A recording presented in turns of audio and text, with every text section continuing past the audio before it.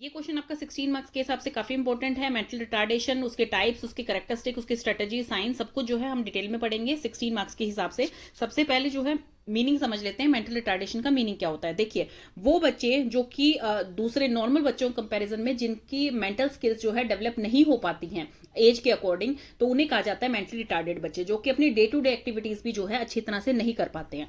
Children who have a condition of incomplete और less than normal mental development, मतलब कि normal जितनी development उनकी होनी चाहिए थी उस हिसाब से उनकी डेवलपमेंट नहीं हो रही है। वो अपनी डे टू डे लिविंग की जो एफिशिएंट चीजें होती हैं, जो करने की एक्टिविटीज होती हैं, वो भी नहीं कर पा रहे हैं, तो उन बच्चों को कहा जाता है मेंटली रिटार्डेड चिल्ड्रन। इन बच्चों को स्पेशल केयर की जरूरत होती है, सुपरविजन की जरूरत होती है, हेल्प की जरूरत होती है।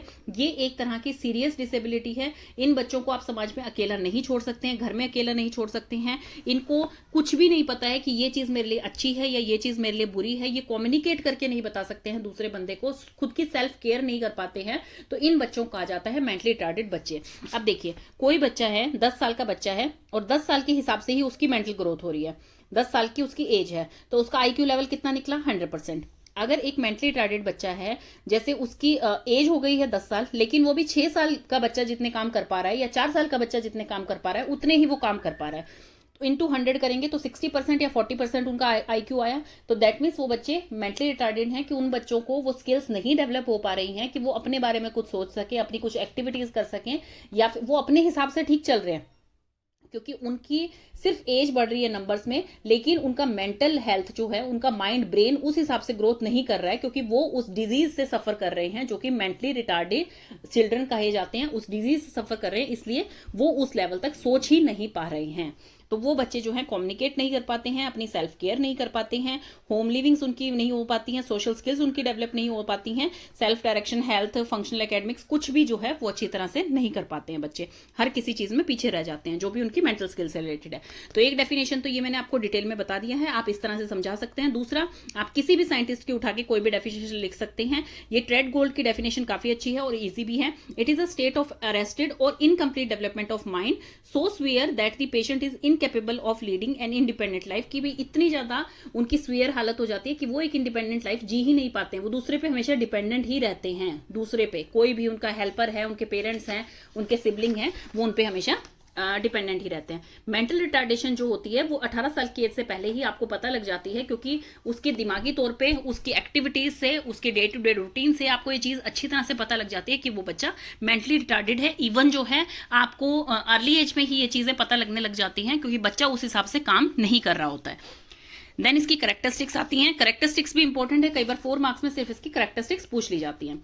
तो सबसे फर्स्ट है इसकी सब एवरेज इंटेलेक्चुअल फंक्शनिंग। सब एवरेज का मतलब है कि लेस देन एवरेज, कि भाई एवरेज जो होती है आईक्यू लेवल, उससे कम जिनकी आईक्यू लेवल होगी, इसका मतलब वो बच्चा मेंटली रिटार्डेड है। तो ये चीज आप डायग्नोज हो जाती है बच्चे में 18 ईयर्स से पहले ही, कि जैसे बिलो 80 आईक्यू है ऑफ एन इंटेलिजेंस टेस्ट, तो उसमें हम कह सकते हैं कि वो बच्चा जो है मेंटली रिटार्डेड है, उसको डायग्नोज किया गया है मेंटली रिटार्डेशन से। सेकेंड है लिमिटेड फंक्शनिंग। अभी था इंटेलेक्चुअल फंक्शनिंग, देन है लिमिटेड फंक्शनिंग। अब जो वो बच्चा काम कर रहा है उसको ना कॉन्सेप्चुअल लर्निंग हो रही है, ना प्रैक्टिकली वो कुछ सोच पा रहा है, ना वो सोशली किसी के साथ इंटरेक्ट कर पा रहा है, मतलब कि उसके जितने भी फंक्शंस होने चाहिए डे टू डे रूटीन में वो कोई भी नहीं कर पा रहा है। उसको डिफिकल्टी हो रही है उन चीजों में, कोई भी चीज समझने में डिफिकल्टी हो रही है, बोलने में डिफिकल्टी हो रही है, लर्न करने में डिफिकल्टी हो रही है, तो इसका मतलब वो बच्चा मेंटली रिटार्डेड है। नेक्स्ट है low level of adaptive skill. एक होती है एक्वायरिंग स्किल, एक होती है adaptive skill. Level of adaptive skill का मतलब है they are not only show in acquiring skills. Acquiring मतलब जो कि करके सीखने वाली स्किल्स होती है, कि भाई प्रैक्टिकली वो चीज करेंगे और बच्चे सीखेंगे, मतलब कि जैसे होमवर्क उन्होंने, मैडम ने समझाया, उन्होंने करके देखा और फिर उन्हें लर्न हुआ, तो वो होती है एक्वायरिंग स्किल्स। और दूसरी है एडेप्टिव स्किल। एडेप्टिव स्किल होती है कि अपनी डेली बेसिक नीड, मतलब कि जिसके हम एडेप्टेशन, मतलब हमारी हैबिट बन चुकी होती है कि भाई हमें इस टाइम पे सोना है, इस टाइम पे उठना है, इस टाइम पे खाना खाना है, इस टाइम पे हमें जो है वॉशरूम जाना है, सब चीजें जो है हमारी एडेप्टिव स्किल्स होती हैं, वो उनको भी जो है नहीं फुलफिल कर पाते हैं, तो वो बच्चे मेंटली रिटार्डेड कैटेगरी में आते हैं। अर्ली मैनिफेस्टेशन, मतलब कि जो बच्चे मेंटली रिटार्डेड होंगे उनको मैनिफेस्ट 18 साल से पहले ही कर लिया जाएगा, पता लग जाएगा कि भाई हाँ उसमें कुछ ना कुछ मेंटल रिटार्डेशन है, उसमें कुछ ना कुछ डिसऑर्डर है, कि वो नॉर्मल बच्चों की तरह बिहेव नहीं कर रहा है, उसकी मेंटल ग्रोथ जो है वो स्लो है। देन है poor performance level. Poor performance level ये मैं पहले ही बता चुकी हूँ आपके, क्योंकि लो मेंटल एज होती है उनकी, जैसे जैसे कि एक होती है मेंटल एज की बच्चा किस हिसाब से सोच पा रहा है, एक होती है क्रोनोलॉजिकल एज की भाई उसकी एज अभी है क्या, तो वो उसको जब 100 से मल्टीप्लाई करेंगे तो उनका आईक्यू निकल के आ जाएगा। और जिन बच्चों का आईक्यू जो है लो होता है वो इसका मतलब मेंटली रिटार्डेड चाइल्ड आते हैं।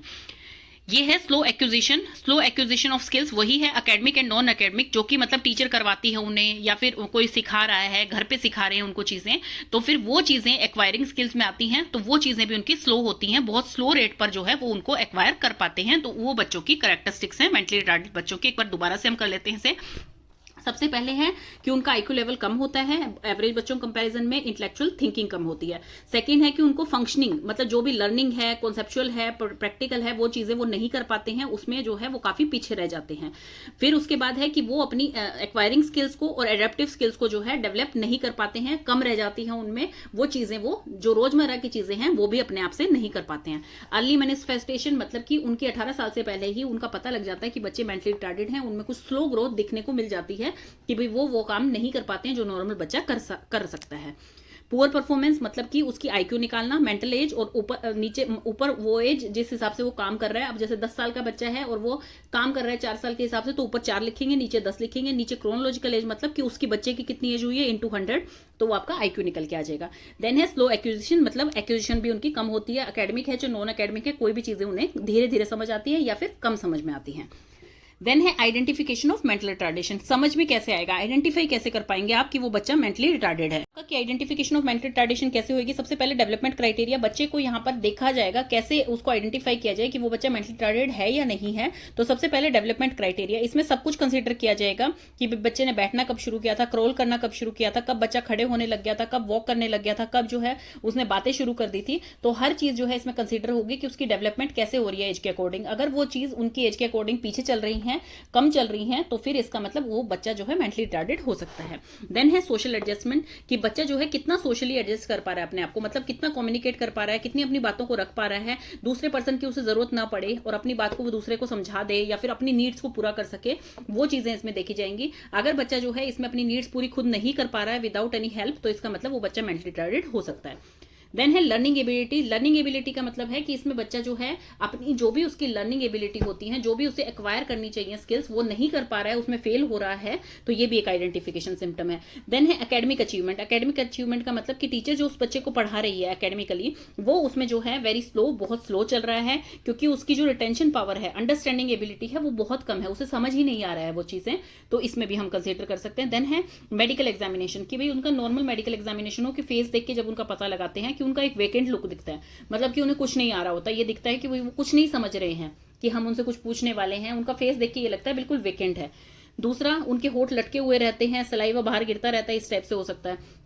अनयूजुअल लार्ज हेड, उनका हेड लार्ज हो सकता है। तो इस तरह के कुछ मतलब देखने से ही, आइडेंटिफाई करने से, मेडिकल उनका फेस देखने से ही जो चीजें हम पता कर सकते हैं। देन प्रॉपर स्क्रीनिंग है, प्रॉपर स्क्रीनिंग में फर्स्ट जो आता है, जो सेजियन थे, ये इन्होंने एक ट्रे बनाई थी जिसमें ट्रे में जो है इन्होंने 10 बोर्ड रखे थे डिफरेंट साइज के, और डिफरेंट शेल्फ में वो उन्हें अरेंज करना था। तो वो क्या करते थे कि उस ट्रे को लेके आते थे और वो सारे के सारे जो भी उन्होंने बोर्ड थे वो निकाल देते थे बच्चे के सामने, और बच्चे को वो अरेंज करने होते थे दोबारा अकॉर्डिंग टू देयर साइज, और उनके अकॉर्डिंग उन्हें रखना होता था। ये 3 बार रिपीट करवाते थे वो, फिर वो देखते थे, इससे आइडेंटिफाई करते थे। नेक्स्ट है डेवलपमेंट स्क्रीनिंग। डेवलपमेंट स्क्रीनिंग में 3 मंथ से लेकर 15 साल के बच्चों तक का ये टेस्ट होता था। उनको उनकी एज के अकॉर्डिंग जो है एक्टिविटी दी जाती थी, और फिर देखा जाता था वो एक्टिविटीज को किस तरह से परफॉर्म कर पा रहे हैं या नहीं कर पा रहे हैं। देन है general mental ability. General mental ability में वही उनको टेस्ट इस टाइप के दिए जा रहे थे, वर्बल और non verbal type of item दिए जा रहे थे टेस्ट में, जिसमें कि 50 आइटम्स थे दोनों सेक्शंस में, वर्बल में भी और नॉन वर्बल में भी। एमसीक्यूज टाइप क्वेश्चन होते थे, और इनको पर्टिकुलरली एक टाइम दिया जाता था, और फिर वो कितना परफॉर्म कर पा रहे हैं उसमें, तो ये भी एक उनका आइडेंटिफिकेशन टेस्ट होता था। नेक्स्ट आपका आ गया है कॉजेज। उससे पहले देखिए मेंटल रिटार्डेशन की एज क्या है। मेंटल रिटार्डेशन की जो एज है वो राइज करती है जैसे जैसे आपकी उम्र बढ़ती जाएगी, तो उस हिसाब से जो है आपकी मेंटल एबिलिटी पता कर सकते हैं कि भी दिख सकती है वो। और वो पीक पे कब रीच करती है, जब बच्चा जो है 14 से 18 साल के बीच होता है, तब वो अच्छी तरह से पता लग जाता है कि ये बच्चा मेंटली रिटार्डेड है, इसमें कुछ ना कुछ दिक्कत है, जो ये अपने आप की डे टू डे एक्टिविटीज भी नहीं कर पा रहा है, इसे कुछ समझ नहीं आ रहा है, कम्युनिकेट नहीं कर पा रहा है, तो वो सारी चीजें दिख जाती हैं। देन आते हैं कॉजेज। फिर आगे आगे हैं आपके causes of mental retardation. Causes में कौन से आएंगे? सबसे पहले है एंडोजीनियस कॉजेज। एंडो का मतलब होता है विद इन, मतलब आपकी बॉडी के अंदर। Endogenous literally means originating with in the body of the organism, जो बच्चा है उसकी बॉडी के अंदर ही हो रहे हैं। और ये कैसे होते हैं? ये आपके जेनेटिकली हो सकते हैं, हेरिडिट्रिकल हो सकते हैं, मतलब कि पेरेंट्स से एक जनरेशन से दूसरी जनरेशन में ऐसे जीन्स जा रहे हैं कि बच्चा जो है उसमें थिंकिंग पावर उसकी कम हो गई है या वो मेंटली रिटार्डेड हो गया, मतलब ये हेरिडिटरी पे डिपेंड है। सेकंड आपके आते हैं एक्सोजीनियस। एक्सोजीनियस मतलब होते हैं कि सेकेंडरी, जो कि आपके एक्वायर किए गए हैं या एनवायरमेंटल कोजेस की वजह से हुए हैं। जैसे कि इसमें क्या है? न्यूट्रिशन आ गया है कि बच्चा प्रेगनेंसी के दौरान माँ को खाना अच्छी तरह से नहीं मिला है, तो उस वजह से बच्चे का मेंटल लेवल लो हो गया। फिजिकल कोई ट्रॉमा अटेम्प्ट हो गया था कि जैसे प्रेग्नेंट मदर है उसके साथ कोई दिक्कत हो गई थी तो उसके फिटस पे इफेक्ट पड़ गया। ब्लड इनकम्पेटिबिलिटी की भाई जो इनकम्पेटिबिलिटी होती है जैसे मैटरनल या फिटल ब्लड के बीच में कोई इनकम्पेटिबिलिटी हो गई है, कोई जैसे कि बच्चे को जॉन्डिस हो गया है, कोई भी चीज ऐसी हो गई है इंटरनल, तो उस वजह से बच्चे के ये मेंटल डिसऑर्डर हो गया। टॉक्सिक एजेंट मतलब माँ के द्वारा कोई भी चीज ऐसी ली गई कि बच्चे पे एम्ब्रियो पे उसका इफेक्ट पड़ गया और उसकी मेंटल डेवलपमेंट कम हो गई। या फिर कंजप्शन ऑफ ड्रग और अल्कोहल, कोई ऐसी चीज माँ के द्वारा ली गई प्रेगनेंसी के दौरान कि बच्चा जो है परमानेंट मेंटल रिटार्डेड हो गया आफ्टर द बर्थ के बाद प्रॉपर मेंटली रिटार्डेड हो गया। देन है कोई इन्फेक्शियस डिजीज। कोई इन्फेक्शियस डिजीज अगर मदर को हो जाती है प्रेगनेंसी के दौरान तो उससे भी फिजिकल एंड मेंटल हेल्थ पे असर पड़ता है जो फीटस होता है उसकी। रेडियो एक्टिव मतलब कोई भी रेडियो एक्टिव सब्सटेंस, जैसे कि कोई भी रेज ऐसी हैं जो रेडियो एक्टिविटी। नेक्स्ट आपका आगे है रेडियो एक्टिविटी। रेडियो एक्टिविटी जैसे कि बोला जाता है प्रेग्नेंट वुमेन को जो है आप एक्सरे रूम के अंदर बच जाइए, ये रेज आपके लिए खतरनाक है। तो इस तरह की रेज जो होती हैं वो फीटस पे इफेक्ट डाल सकती है, उनके क्रोमोसोम जो है उनको ब्रेक कर सकती है, तो इससे बच्चा जो है मेंटली रिटार्डेड हो जाता है। नेक्स्ट आपका मेन रीजन आ गया है पेरीनेटल कॉजेज। पेरीनेटल कॉजेज में होता है जैसे कि premature birth. Premature birth से क्या होता है? Large number of people born prematurely are mentally retarded. जो बच्चे जल्दी पैदा हो जाते हैं किसी रीजन के कारण, जैसे प्रेगनेंसी में कोई दिक्कत आ रही है, फीटस में कोई दिक्कत आ रही है, तो डॉक्टर एकदम इमरजेंसी आपको बोल देता है कि अभी आप डिलीवरी करनी पड़ेगी या हो जाती है, तो उसमें क्या होता है बच्चों पे मेंटल हेल्थ पे इशू पड़ता है उनके। देन है ट्रोमेटिक बर्थ इंजरीज, जैसे कि बर्थ इंजरीज हो जाती हैं जो जैसे कि पैदा होते टाइम बच्चों की कोई इंजरी हो जाती है, तो उससे भी जो बच्चे हैं वो मेंटली रिटार्डेड हो सकते हैं। Complication during delivery. डिलीवरी के टाइम कोई कॉम्प्लिकेशन आ जाती है कि भाई एकदम किसी चीज की इमरजेंसी हो जाती है, कोई भी दिक्कत हो जाती है, तो उससे भी बच्चा जो है बच्चे की मेंटल हेल्थ पे असर पड़ सकता है। देन है पोस्टनेटल। अभी तक प्रीनेटल पढ़ा था कि मतलब जो तुरंत हो जाता है बच्चे को पैदा होते ही या पैदा होने से पहले ही उनको हो जाता है। अब है पोस्टनेटल कि भाई उनको पैदा होने के बाद क्या दिक्कत आती है। पोस्टनेटल में इन्फेक्शियस है मतलब ब्रेन इन्फेक्शन कोई ऐसी हो गई जो कि परमानेंट ब्रेन डैमेज कर दिया उसने बच्चे का। स्वेयर मालफंक्शन की deficiency in any particular diet, कोई भी डाइट ऐसी है जो बच्चा नहीं ले रहा है शुरू से ही, पैदा होने से ही उनको कोई डाइट नहीं मिल रही है प्रॉपर कि भाई कोई विटामिन है, कोई मिनरल है, कोई चीज नहीं मिल रही है, तो उससे भी बच्चा जो है लॉन्ग टर्म में जाके मेंटली रिटार्डेड हो सकता है। ब्रेन इंजरी हो गई है, कोई भी इंजरी हो गई है, कोई एक्सीडेंट ऐसा हो गया है, या जैसे गन शॉट इस पे है, गन शॉट वाउंड कुछ भी चीज है, या गिर गए हैं कहीं ऊंचाई से, या कुछ भी चीज है जिससे कि ब्रेन में उनकी इंजरी हो गई है, तो उससे बच्चा मेंटली रिटार्डेड हो सकता है। होम एंड फैमिली बैकग्राउंड की फैमिली बैकग्राउंड कैसा है, इंटेलेक्चुअल लेवल कैसा चल रहा है, मेंटल लेवल कैसा चल रहा है घर का, तो उस पे वो भी बच्चे पे असर डाल सकता है। सोशल डिप्रीवेशन से भी हो सकता है, सोसाइटी में अगर बहुत टाइम से बच्चा जो है वो बड़ा डिप्रेस रह रहा है, नहीं अपने आप को वहां पर सेफ महसूस कर रहा है या पॉजिटिविटी उसे मिल रही है, तो उस कारण से बच्चा हो सकता है। जनरल हेल्थ से भी जो है बच्चे को मेंटल रिटार्डेशन हो सकती है। जैसे mental and physical health are most important time found associated, ये दोनों एक साथ चलती हैं। अगर पुअर फिजिकल हेल्थ है बंदे की तो धीरे धीरे उसकी सोचने की क्षमता और उसके से मेंटल शॉक्स लग सकते हैं कि भाई उसकी मेंटल थिंकिंग जो है वो परमानेंटली डिस्ट्रॉय हो सकती है या टेम्परेरी डिस्ट्रॉय हो सकती है, तो ये भी एक कारण होता है। और ऐसे ही कल्चरल फैक्टर भी इसका कारण होता है। तो ये हमने कॉजेज पढ़ लिए हैं इसके। ये हर एक टॉपिक में इसलिए करा रही हूँ 16 मार्क्स के हिसाब से, तो आप इसमें से जैसे आप इसकी डेफिनेशन लिखा है, फिर उसके बाद कैरेक्टरिस्टिक्स बहुत इंपॉर्टेंट है, उसके बाद आइडेंटिफिकेशन क्या पॉइंट्स लिखा है, तो मतलब ऐसा नहीं है पूरे डिटेल में, जैसे अब इसके 4 पॉइंट्स ही लिखने हैं आपको कॉजेज के, लेकिन थोड़ा थोड़ा बता दीजिए। जैसे एंडोजीनियस हेरिडिटरी की वजह से होता है, एक्सोजीनियस जो with in the warm mother की दिक्कतों के कारण कोई बच्चों को दिक्कत आ जाए, पेरीनेटल मतलब जब बर्थ के टाइम हो जाए, पोस्टनेटल जो बर्थ के बाद हो जाए, तो थोड़ा थोड़ा भी लिखाएंगे तो भी आपको मार्क्स मिल जाएंगे। जितने टॉपिक आप कवर करेंगे उतने ही आपको अच्छे मार्क्स मिलेंगे, लेकिन कॉजेज भी अलग से पूछे जा सकते हैं, इसलिए मैं आपको ये हर चीज डिटेल में करा रही हूँ। देन है classification of mentally retarded children. आप क्लासिफिकेशन देखते हैं हम कैसे उन्हें क्लासीफाई किया जाता है कि किस हिसाब से मेंटली रिटार्डेड बच्चे हैं, क्या आईक्यू लेवल है, किस हिसाब से उनको किस कैटेगरी में रखा जा रहा है। नॉर्मल डिस्ट्रीब्यूशन क्राइटेरिया सबसे फर्स्ट आ गया है इसमें कि जो 2% हिस्सा है टोटल पॉपुलेशन का वो पाया गया है कि मेंटली रिटार्डेड है। If the population is tested on intelligence basis, अगर इंटेलिजेंस टेस्ट किया जाए पॉपुलेशन का तो उसमें से वो हिस्सा जो है वो 90% से लेस उनकी IQ लेवल होगी। सोशल डिप्रीवेशन क्राइटेरिया क्या होता है, जैसे कि ये डॉट बना रखा है, ये वो चाइल्ड है एंड ये सोसाइटी है। तो सोसाइटी से वो बच्चा बहुत दूर रहा है, उसको उनके कल्चर के बारे में, उसके एनवायरमेंट के बारे में कुछ भी पता नहीं है। जब उस बच्चे को इस सोसाइटी में लाया जाएगा, इसके टच में लाया जाएगा, तो वो अपने आपको जो है अलग थलग महसूस करेगा, वो इसमें एडजस्ट नहीं हो पाएगा। तो वो भी जो है आपकी मेंटल रिटार्डेशन को बढ़ावा देती है। मेडिकल क्राइटेरिया क्या है, जो मेडिकल पर्सनल है, फिजिशियन है, वो भी कुछ क्राइटेरिया ऐसे बताते हैं जिसके बेसिस पे जो है मेंटल डिसऑर्डर्स हो सकते हैं। जैसे कि जेनेटिक और एनवायरमेंटल रीजन होता है कि भाई कोई चीज पेरेंट्स से ही आगे ट्रांसफर हुई हो। फर्स्ट इसमें आ गई है brain damage child. Brain damage child में क्या होता है, it is a type of organic mall functioning in the body, कि इसमें जो है कोई माल फंक्शनिंग हो गई है बॉडी में, जिससे कि कोई सीरियस डिजीज के कारण, किसी सीरियस डिजीज के कारण तो बच्चे का ब्रेन जो है उसने काम करना बंद कर दिया है और वो डैमेज हो गया है। क्रिएटिन चाइल्ड, जिसमें कि थायराइड ग्लैंड की कोई डिफॉर्मेशन हो गई है बच्चे के अंदर। जैसे कि थायराइड आपने सुना होगा, आजकल थायराइड बहुतों को होता है, जिसके कारण की मोटापा आता है या बंदे बहुत ही ज्यादा पतले हो जाते हैं, हाइपोथायराइड, हाइपरथायराइड होता है। तो हो सकता है कुछ बच्चे में भी ट्रांसफर हो गई हैं ऐसी कोई चीजें, और उसमें डिफॉर्मेशन आ गई है थायराइड ग्लैंड की तरफ से, तो उसमें भी जो है बच्चे को मेंटल रिटार्डेशन हो सकती है। और अर्ली स्टेज में अगर ये डिटेक्ट कर लिया जाए तो इसको करेक्ट किया जा सकता है फिजिशियन के द्वारा। Microcephaly and हाइड्रोसिफेली। सिफेली क्या होती है, सिफेलोकोडल होती है, जबकि आप ब्रेन से टो की तरफ, मतलब हेड की बातें हो रही हैं जिसमें, तो उसे सिफेलो कहा गया है। तो हेड ऑफ द चाइल्ड जो होता है वो बहुत ही स्मॉल हो जाता है माइक्रोसिफेली में, और हाइड्रो में क्या होता है वो बहुत ही लार्ज हो जाता है। तो वो क्या करते हैं, वो सेरिब्रोस्पाइनल फ्लूइड जो होता है वो ब्रेन तक नहीं पहुंचा पाते, तो इस कारण से बच्चे में मेंटल रिटार्डेशन हो जाती है। देन है सेरिब्रल प्लेसी। सेरिब्रल प्लेसी का मतलब है कि जब अनकंट्रोल आपके एक्शंस होते हैं मसल के, कुछ मसल्स ऐसी होती है जिनके एक्शंस जो है आपके कंट्रोल से बाहर चले जाते हैं, तो उसके कारण भी मेंटल रिटार्डेशन हो सकता है, क्योंकि वो आपके कंट्रोल से बाहर हैं, आप उन्हें एडजस्ट अपने अकॉर्डिंग नहीं कर पाते हैं उन मसल्स को।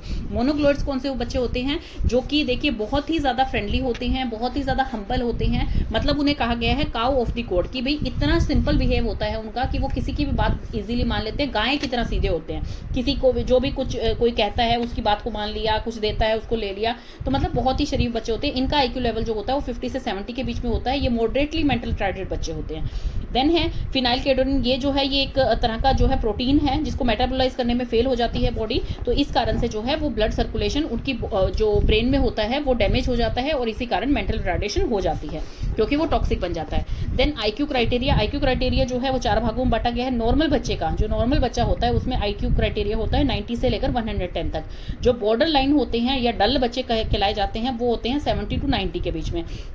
मोरॉन्स जो होते हैं, जो फेबल माइंडेड होते हैं, वो 50 से 70, जो कि आपने पढ़ा था मोनोग्लोइड्स, जो कि बहुत ही ज़्यादा मतलब उनको ये समझ ही नहीं आता कि क्या मेरे लिए अच्छा है क्या मेरे लिए बुरा है, तो वो बच्चे आते हैं 50 to 70। देन आते हैं इम्बिसाइल। इम्बिसाइल में क्या होता है 25 से 50। और देन इडियट्स, जो कि सबसे लो में आ जाते हैं, वो होते हैं जिनका IQ 25 से भी कम होता है। तो ये आपके थे कि आपने का IQ के बेसिस पे बता रखा है। इसमें सबसे पहले आते हैं बॉर्डर लाइन। बॉर्डर लाइन जो होते हैं, जिन्हें डलर्स भी बोला जाता है, ये नॉर्मल बच्चों के जैसे ही दिखते हैं, इसमें कुछ ज्यादा डिफरेंस नहीं होता है। ये बच्चे जो हैं ये अपनी एज के अकॉर्डिंग थोड़ा सा यंगर बिहेव करते हैं, मतलब जैसे अगर 10 साल के हैं तो 8 साल के बच्चे की तरह ये बिहेव करेंगे। थिंकिंग और प्लानिंग इनकी थोड़ी पुअर होती है, डेमोन्स्ट्रेट नहीं कर पाते, इनिशिएट नहीं कर सकते हैं किसी चीज को।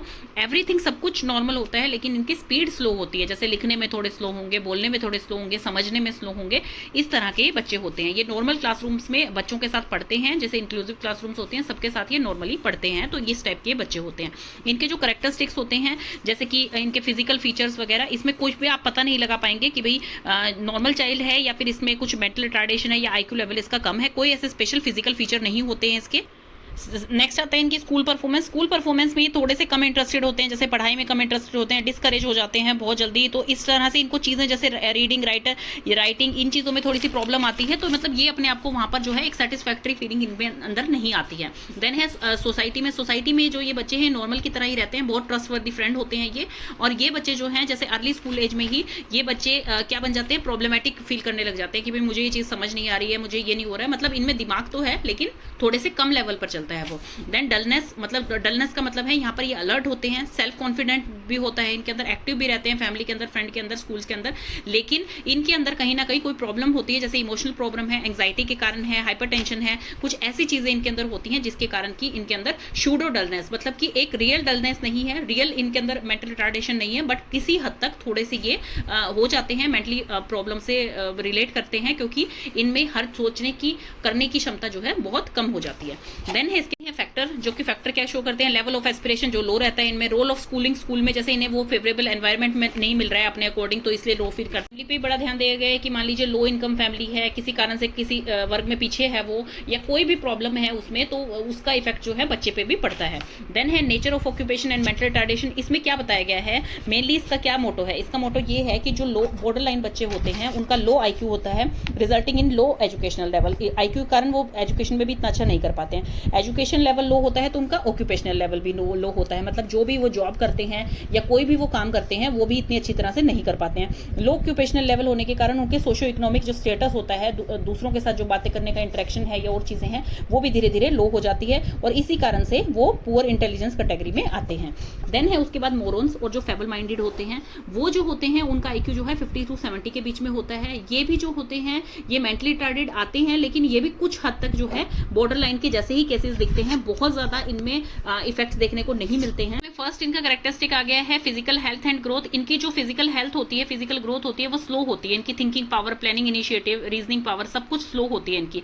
तो ये बच्चे जो है नॉर्मल जैसे दिखते हैं देखने में, लेकिन इनकी फिजिकल हेल्थ देख के बता सकते हैं कि इन बच्चों में कुछ ना कुछ कमी होती है। जॉब एडजस्टमेंट ये वही है, जैसे जो इनको जॉब एक्सपेक्ट करते हैं ये अच्छी जॉब मिलेगी, लेकिन इन्हें रेस्ट्रिक्ट कर देती है कुछ स्किल्स की वजह से, इनको वैसी जॉब नहीं मिल पाती है, तो इस कारण से ये इसमें पीछे रह जाते हैं। सोशल बिहेवियर और पर्सनल एडजस्टमेंट, जैसे कि मान लीजिए कुछ फैमिली में प्रॉब्लम है, किसी कारण से ये बच्चे नेग्लेक्ट हो रहे हैं, तो उस कारण से ये फ्रस्ट्रेट हो जाते हैं, और इसीलिए इनके social and personal physical skills बन नहीं पाते हैं दूसरे बंदों के साथ। नेक्स्ट इसमें आता है कोग्निटिव एबिलिटी। ऐसे ही कोग्निटिव एबिलिटी जो होती है वो इनकी कॉम्प्लेक्स हो जाती है, वो ये सॉल्व नहीं कर पाते हैं। तो सॉल्व नहीं कर पाते क्योंकि इनकी इंटेलिजेंस लेवल जो है वो लो है, इनकी thinking power, planning power, synthesis, evaluation सब जो है उनकी पावर लो है, तो इसलिए कोग्निटिव एबिलिटी भी इनकी कम होती है। एजुकेशन में भी जो बच्चे हैं ये कम होते हैं एजुकेशन में, क्योंकि इनका बैकग्राउंड उस हिसाब का नहीं होता, या इनकी ग्रेस्पिंग पावर उस हिसाब की नहीं होती, तो इसलिए जो है ये वोकैबुलरी में रेस्ट्रिक्ट करते हैं, लिखने में, पढ़ने में, हर चीज में इनको कॉन्सेप्ट समझ नहीं आते हैं, तो इसलिए इनकी परफॉर्मेंस लो रहती है। देन आ गया है आपका एम्बेसाइल। एम्बेसाइल में क्या होता है, ये बच्चे जो होते हैं स्वीयरली मेंटली रिटार्डेड होते हैं, क्योंकि इनका आईक्यू लेवल जो 25 से 50 के बीच है सिर्फ। ये बच्चे जो होते हैं इनको अपनी मतलब नीड्स भी जो है पूरी नहीं कर सकते हैं, इनको ट्रेनिंग दी जाती है उसके लिए, लेकिन फिर भी ये जो कॉम्प्लेक्स नीड होती है अपनी पूरी नहीं कर सकते हैं, सेल्फ सपोर्ट अपना नहीं कर सकते हैं, मतलब अपना खुद का ध्यान भी नहीं रख सकते हैं ये बच्चे। कैरेक्टरिस्टिक्स में क्या जाता है, जैसे इनकी फिजिकल ग्रोथ और डेवलपमेंट क्या है, जैसे ये बच्चे मतलब बैठना, जैसे जो बच्चा 6 महीने में बैठने लग जाता है, ये बच्चे 18 महीने में बैठने लगते हैं। ये बच्चे वॉक और टॉक, जो कि बच्चा 1 साल के अंदर चलना शुरू कर देता है या कुछ कुछ बोलना शुरू कर देता है, ये बच्चे 4 साल में बोलते हैं। स्पीच जो है इनको इनकी डिले होती है 3 इयर्स तक। लैक ऑफ मोटर स्किल्स, ऐसे ही जो है हर चीज इनमें डिले होती चली जाती है। ऐसे ही इनके फिजिकल कैरेक्टरिस्टिक हैं, ये जो है इनका फेस जो है एबनॉर्मल दिखेगा, इनकी जो है मतलब हर चीज इनकी एबनॉर्मल दिखेगी, इनका हेड का साइज बड़ा होगा, एबनॉर्मल होगा या छोटा दिखेगा, मतलब ये चीजें एबनॉर्मल दिखेंगी। ऐसे इनके सोशल एंड इमोशनल ये विड्रॉन नेचर के होंगे, मतलब दूसरे पे डिपेंडेंट रहेंगे, कि दूसरे के कहने से चलेंगे, अपना इनका कुछ भी चीज डील नहीं कर सकते उसके हिसाब से, दूसरे बंदों की सुपरविजन में ही ये रह सकते हैं, अपने आप से अपनी जरूरतें ये पूरी नहीं कर सकते हैं। देन उसके बाद आते हैं इडियट्स, जो कि होते हैं आपके लेस देन 25। ये ना तो कभी एजुकेट किए जाते हैं, ना इनको कोई ट्रेनिंग दी जाती है, ये पूरी उम्र जो है वो डिपेंडेंट रहते हैं, और विदाउट हेल्प ये अपने घर पे नहीं रह सकते हैं किसी के बिना, क्योंकि इन्हें कुछ भी नहीं पता है कि ये चीज ठीक है, ये चीज ठीक नहीं है, ये अपने आप को भी हार्म पहुंचा सकते हैं, तो ये उस टाइप के बच्चे होते हैं। अब गाइडलाइन पेरेंट के लिए क्या है मेंटली रिटार्डेड चिल्ड्रन की, कि पेरेंट को सबसे पहले तो ये एक्सेप्ट करना चाहिए। आजकल क्या है सोसाइटी में पेरेंट एक्सेप्ट करने को तैयार ही नहीं है कि मेरे बच्चे में कुछ कमी है। देखिए मेंटली रिटार्डेड चाइल्ड है, उसको एक्स्ट्रा केयर की जरूरत होती है, तो आप जो है सबसे पहले तो पेरेंट्स को वो चीज एक्सेप्ट करनी चाहिए कि हाँ उनके बच्चे में कुछ दिक्कत है, मेंटली प्रॉब्लम है, उनको जो है रियलिटी एक्सेप्ट करनी चाहिए, और अपने बच्चे को नॉर्मल लाइफ की भी, उनकी बच्चे की नॉर्मल लाइफ नहीं हो सकती है दूसरे बच्चों की तरह, ये चीज उनकी मतलब पता होनी चाहिए। उनको ज्यादा एक्सपेक्टेशन अपने बच्चे से नहीं रखनी चाहिए कि भाई वो बच्चा ठीक हो जाएगा, मैं उसे ट्रेनिंग दिलाऊंगा। हाँ ठीक है, उसके इंप्रूवमेंट आ सकता है बिहेवियर में कोई ट्रेनिंग से या किसी तरह की एजुकेशन से, लेकिन वो पूरी तरह से ठीक नहीं हो सकते हैं बच्चे। पेरेंट्स जो हैं वो रेगुलर काउंसलिंग करें साइकोलॉजिस्ट के साथ, सोशल वर्कर के साथ, ताकि बच्चे में थोड़ी इंप्रूवमेंट आए। पेरेंट्स जो हैं should not accept from their mentally retarded child कि भाई अपने उनके मेंटल लेवल के हिसाब से ही वो बच्चा बात करेगा, वो बच्चा जो है एक्ट करेगा। उनको ज़्यादा एक्सपेक्टेशन नहीं रखनी चाहिए कि 10 साल का हो गया है या 18 साल का हो गया है और अब तक ये चीज़ नहीं कर रहा है, तो उस बच्चे से ज़्यादा उम्मीद पेरेंट्स को नहीं रखनी चाहिए। They should not worry about the opinion of other, दूसरों के बारे में उन्हें नहीं सोचना चाहिए कि भाई मेरा बच्चा ऐसा है, दुनिया ऐसे बोलेगी वैसे बोलेगी, क्योंकि मेंटल रिटार्डेशन ऐसी चीज़ है जो कि आपको उम्र में कभी भी हो सकती है, किसी भी कारण से हो सकती है, किसी भी बात से हो सकती है, किसी ट्रॉमा से हो सकती है, एक्सीडेंट से हो सकती है। ऐसा नहीं है कि ये कोई जन्मजात बीमारी है। तो इसलिए पेरेंट्स को दूसरों की बातों पर बिल्कुल भी जो है मतलब सोचना ही नहीं चाहिए कि वो मेरे बारे में क्या बोलेगा अगर मेरे बच्चे में ये कमी है तो। Parents should take the help of custodial, दूसरों की हेल्प पेरेंट लें बिल्कुल, जिससे कि उनके बच्चे में कुछ बेनिफिट आ सके, कुछ इंप्रूवमेंट हो सके, वो दूसरों की हेल्प ले सकते हैं। प्रिवेंशन एंड ट्रीटमेंट कैसे हो सकता है? प्रेग्नेंट मदर को कभी भी वाइन, ड्रग्स ऐसी चीज़ें कंज्यूम नहीं करनी चाहिए जो कि प्रेगनेंसी में सेफ नहीं है, उसका असर सीधा उनके बच्चे पे होता है। मदर जो है वो कभी भी स्मोक नहीं करना चाहिए उसको प्रेगनेंसी में। मीन्स क्या है, मदर को हेल्दी खाना खाना चाहिए, पॉजिटिव थिंकिंग रखनी चाहिए, ताकि बच्चे की जो है मेंटल हेल्थ मतलब उनके प्रेगनेंसी के दौरान ही खराब ना हो जाए। नेक्स्ट है इसमें कि पेरेंट्स को भी जो है अपनी चेकिंग करवा लेनी चाहिए before trying for a child, कि भाई एबनॉर्मलिटी है किसी के ब्लड में या कुछ भी दिक्कत है, उनके ब्लड ग्रुप में कोई दिक्कत है, कोई भी दिक्कत आ रही है, तो ताकि उसका ट्रीटमेंट टाइम से हो सके, बच्चे पे उसका इफेक्ट ना आए। डिलीवरी या सिजेरियन कोई भी केस होता है आपका, तो उसको सुपरविजन ऑफ एक्सपीरियंस डॉक्टर की निगरानी में ही वो करवाना चाहिए। बैलेंस डाइट और रेगुलर एक्सरसाइज करनी चाहिए प्रेगनेंसी में, जो कि डॉक्टर द्वारा बताई जाती है एक प्रेग्नेंट वुमेन को। इन्फेक्शियस डिजीज अगर प्रेग्नेंट वुमेन को हो गई है तो उसे जल्दी से जल्दी as soon as possible treat कर लेना चाहिए। और शुरू के जो 8 साल होते हैं बच्चे के लाइफ में, वो सबसे ज़्यादा केयरफुल पेरेंट्स को उन पे ध्यान देना चाहिए कि भाई बच्चे की नीड्स कैसे पूरी हो रही हैं, बच्चा कैसे बोल रहा है, कैसे बैठ रहा है, हर चीज़ पे पेरेंट को ध्यान रखना चाहिए और उनकी ज़रूरतों के हिसाब से उनको चीज़ प्रोवाइड करवानी चाहिए। और डॉक्टर को जो है सारी चीज़ें डिस्कस करनी चाहिए कि भाई शुरू के 8 साल में मेरा बच्चा अभी ये कर रहा है, ये कर रहा है, तो डॉक्टर जो है उनको सारी सलाह अच्छी तरह से दे सके। तो ये सब चीज़ें पेरेंट करके अपने बच्चे को हेल्दी बना सकते हैं।